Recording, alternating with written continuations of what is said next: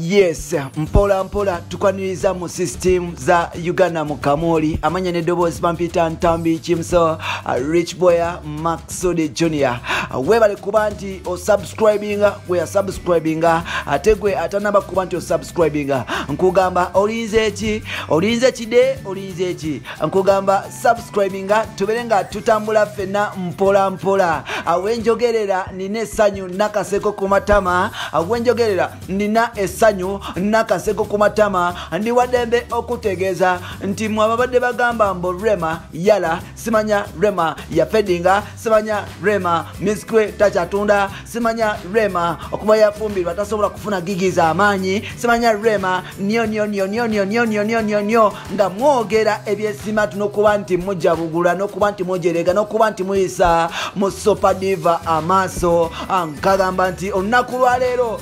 bigambo bigera kuba nti bibakalira ku matama mwagamba enyimba za Rema simanye naku zino tezitunda kiriya kaaga na simanye ekyama yali wadde nga akisigaza nkugamba enugu mugenda kuba nti mufa nayo kwata enugu yo gwatagenda Rema genda ogitwale kubeewa mwe kwata enugu yo gwatayagala Rema genda ogiteeke ku mamawo sengawo ku famireyo ku mojawo ku naibawo Rema muveeko Rema mazima wanvu wetwogerera nga tuli mu COVID-19 era nga kampani ezisinga tezisobola kuba nti ziranga bintu byayo n'okuba nti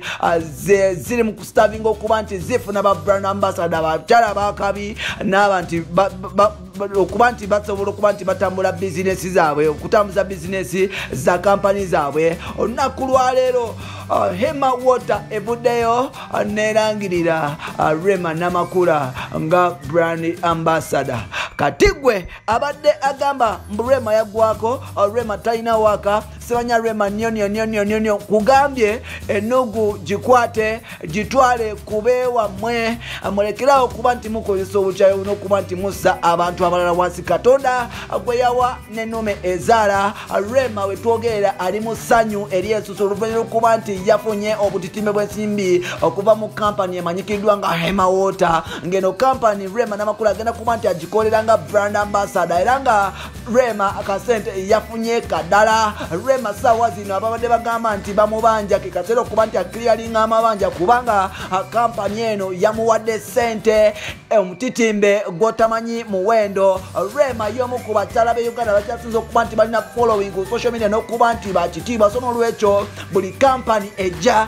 eba eyagala kuba nti yemukozesa bwe twogerera Hema Water yegasse oba Rema yegasse ku kampani emanyikiddwa nga Hema Water nga ye brand ambassador wa Hema Water atujukira nti webback paka sawa zino Rema Namakula ye brand ambassador wa Jessa gwe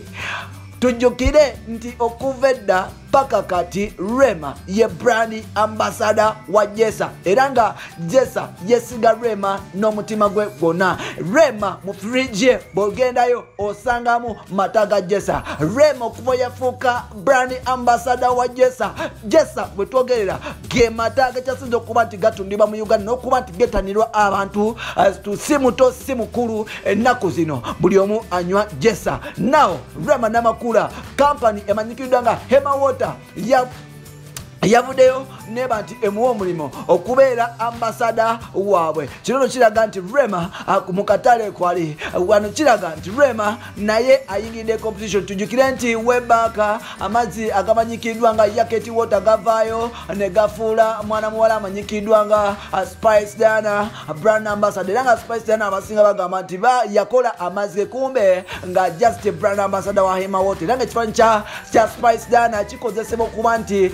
kitunda amazzi agwe era nga Spice Diana afuna naye obutimbe bw'enjawulo now Spice Diana babadde ne competition ne Rema mpola mpola so n'olwekyo kampani eno ya Hema Water yageze okulaba nti mukuba nti bakuleetinga competition yana n'okuba nti bajja amazzi ga Yaketi Water mu katale n'okuba nti bakubira ddala Spice Diana kwe kusalawo okuba nti bahiringa Rema Namakula nga their brand ambassador wetwogerera Rema ali mu system Rema ali mu bintu era nga wetwogerera Rema akasente akalina ke kaseera okuba nti asasula amabanja ge babadde bamubanja n'okuba nti asirisa ebigambo. Mubadde mugamba mbu Rema yagwa simanya talina waaka emirimu agijjawa